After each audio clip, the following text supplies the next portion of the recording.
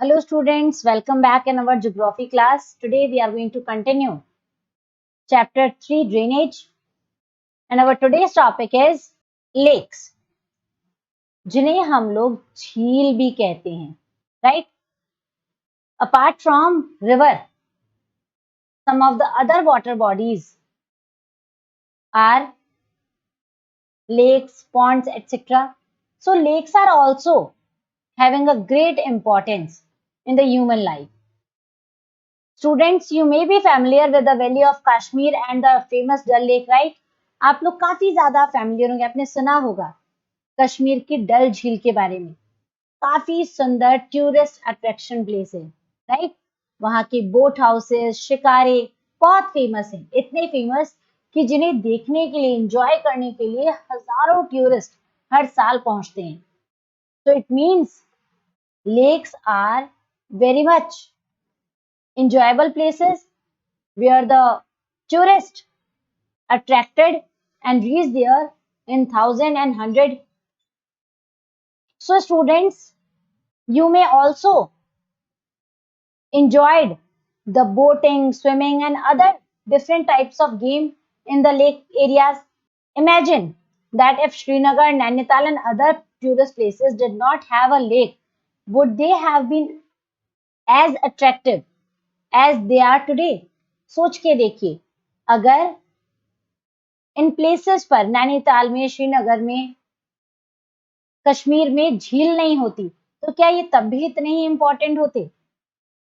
या फिर चलिए मूव करते हैं थोड़ा सा और आगे। Rajasthan, in Rajasthan one of the district is very much famous for the lake city Udaipur, right? Udaipur को झीलों की नगरी कहते हैं। क्या अगर लेक नहीं होती उदयपुर में तब भी इसे झीलों की नगरी कहते? तब भी इसका इतना इंपॉर्टेंस होता? बिल्कुल भी नहीं। So what it means the lakes make the place attractive. They attract the tourists, thousands of tourists every year.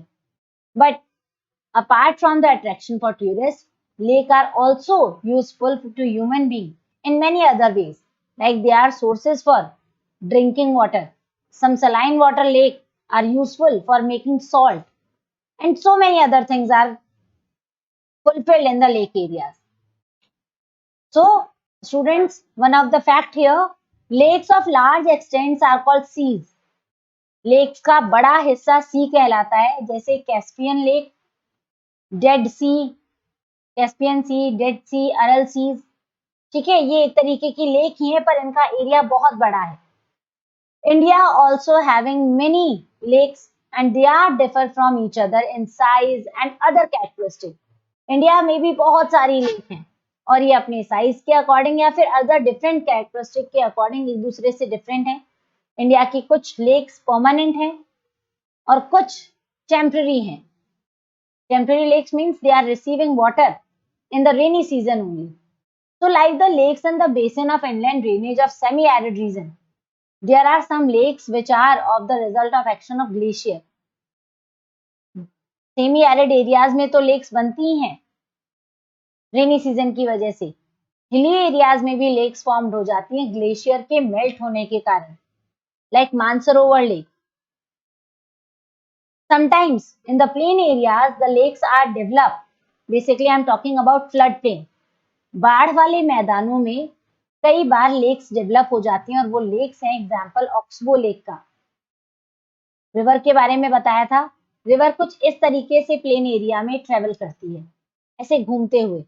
It means it create मिएंडरिंग और कई बार मिएंडर्स जो हैं वो कट हो जाते हैं and converted into lake and this shape lake called oxbow lake. Even spits and bars form lagoons in the coastal areas. अगर lagoon bar समुद्री इलाके से कट करके कोस्टल एरिया में डेवलप हो जाते हैं तो वो भी लैगून लेक डेवलप करते हैं। ठीक है, समुद्र का पानी अगर किसी वजह से कोस्टल प्लेन वाले हिस्से में इकट्ठा हो जाए और उसकी कनेक्टिविटी टूट जाए फ्लोइंग वाटर से तो वो भी एक लेक में कन्वर्ट होती है और ऐसी लेक को लैगून लेक कहते हैं। For example Chilka, students, Chilka is the biggest lagoon lake of India. Some other lagoon example, lake examples are Pulicat, Koleru, etc. So lakes in the region of inland drainage are sometimes seasonal. कई बार inland drainage वाली lakes seasonal होती हैं. For example, Sambar Lake in Rajasthan, which is a salt water lake, and its water is used for producing salt. अभी मैंने पहले बताया कि tourist attraction के अलावा भी लेक्स हमारे लिए बहुत तरीके से बेनिफिशियल हैं.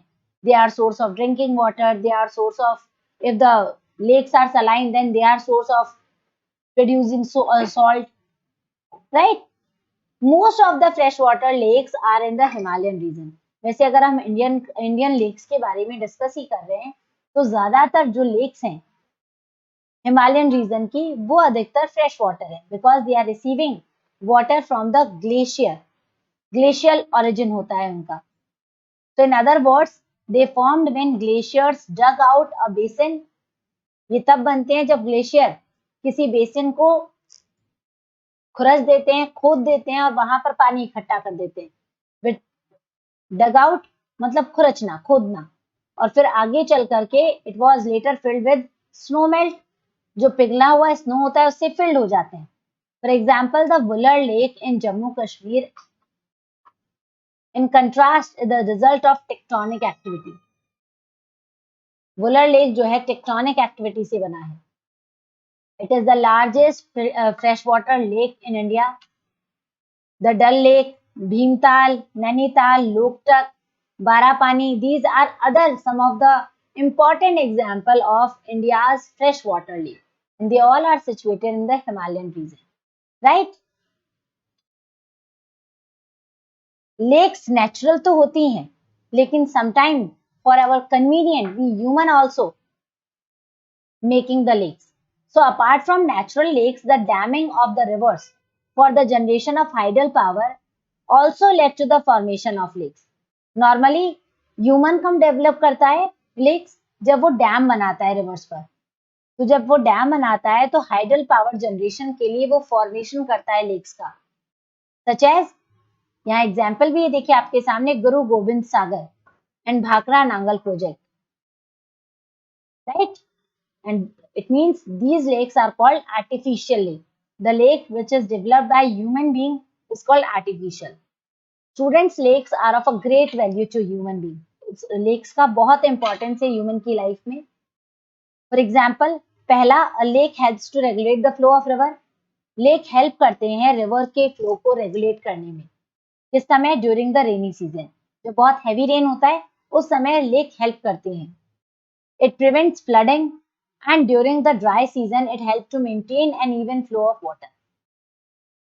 रेनी सीजन में ये फ्लडिंग होने से रोकते हैं और ड्राई सीजन में ये पानी को मेंटेन करते हैं, जो फ्लो ऑफ वाटर है रिवर का उसको मेंटेन करते हैं. Lake can also be use for developing hydel power, right? They moderate the climate of surrounding, maintain the aquatic ecosystem. Lake enhances the natural beauty and by everything it develop the tourism and provide recreation, right? तो इतना सारा important role play करती हैं lakes. Lakes हमारे tourist attraction के places हैं, salt बनाने का सोर्स बनते हैं. For example Sambhar lake, drinking water, irrigation, है ना, इन सब के लिए बहुत इंपॉर्टेंट है. So hope you guys understand the term lake well. Now let's move to the other topic, roles of river in the economy. Economy में रिवर्स का बहुत इंपॉर्टेंट रोल है. They are playing the fundamental importance throughout the human history.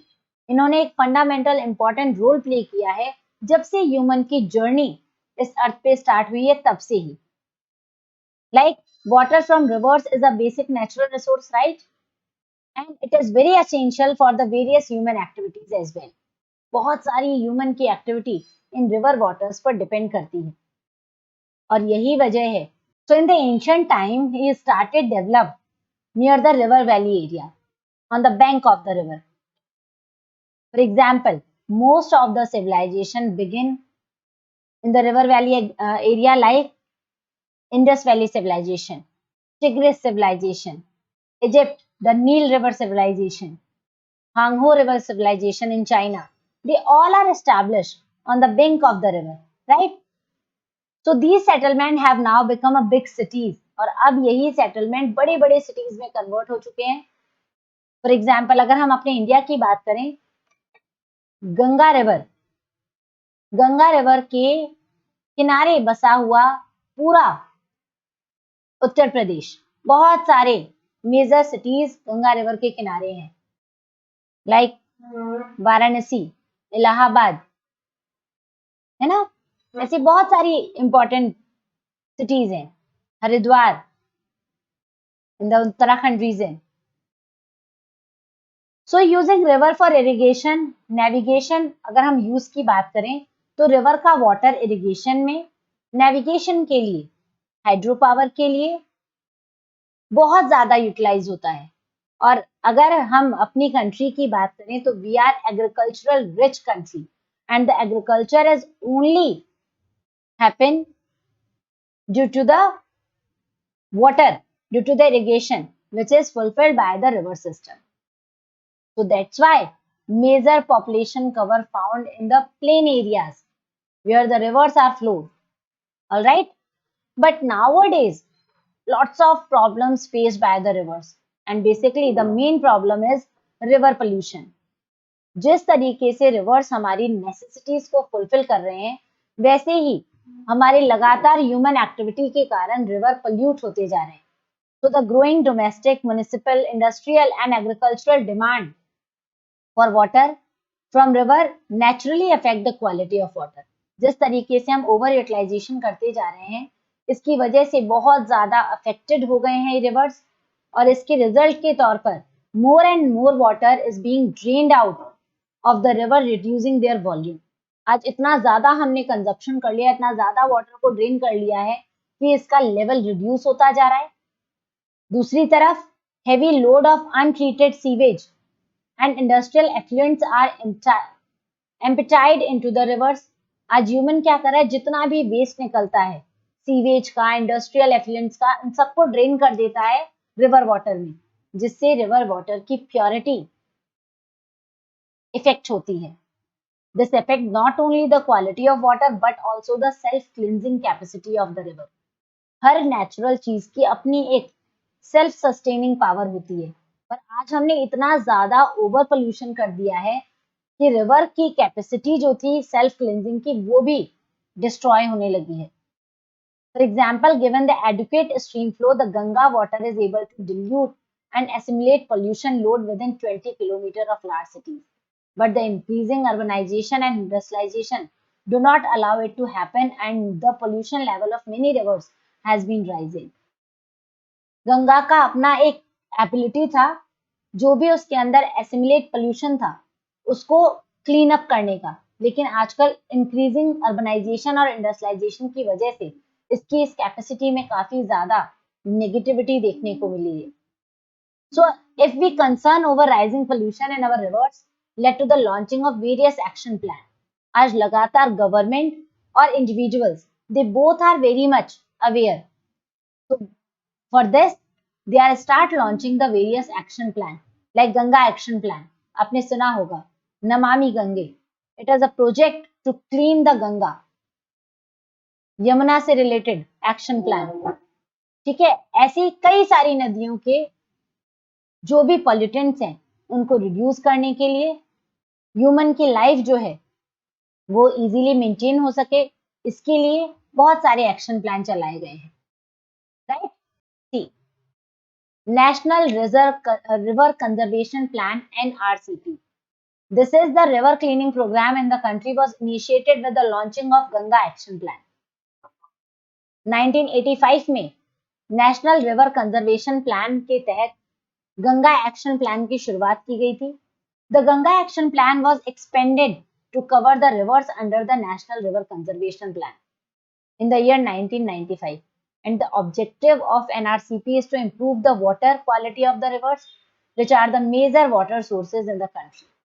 सबसे main M क्या है इन river action plan का, conservation plan का, कि जो भी एफ्लुएंट्स हैं रिवर में जो मिक्सअप हो जाते हैं और जो उनकी क्वालिटी को इफेक्ट करते हैं, उस क्वालिटी में इम्प्रूवमेंट लाना, पोल्यूशन फ्री करना, क्योंकि the rivers are the main source and it is very necessary to clean these sources for, for fulfilling the requirement of the population.